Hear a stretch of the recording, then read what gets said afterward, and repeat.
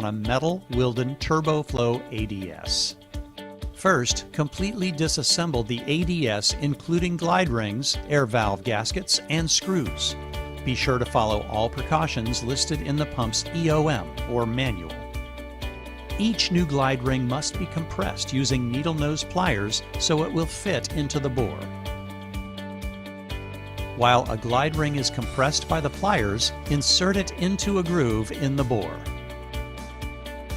Remove the pliers and push the glide ring back into an O shape to fill the groove. Do this with all 7 glide rings. Put the air valve gasket on the outside of the center block. The gasket must be aligned correctly or the pump will not operate properly. Insert the 4 air valve screws and torque to specifications. Install the block gasket and air chamber, taking care to align the holes. Insert the 3 air chamber screws and hold them in place as you turn it over.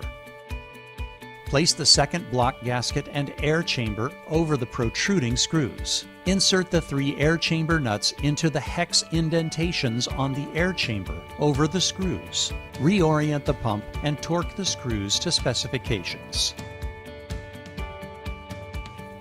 Thank you for using Wilden pumps.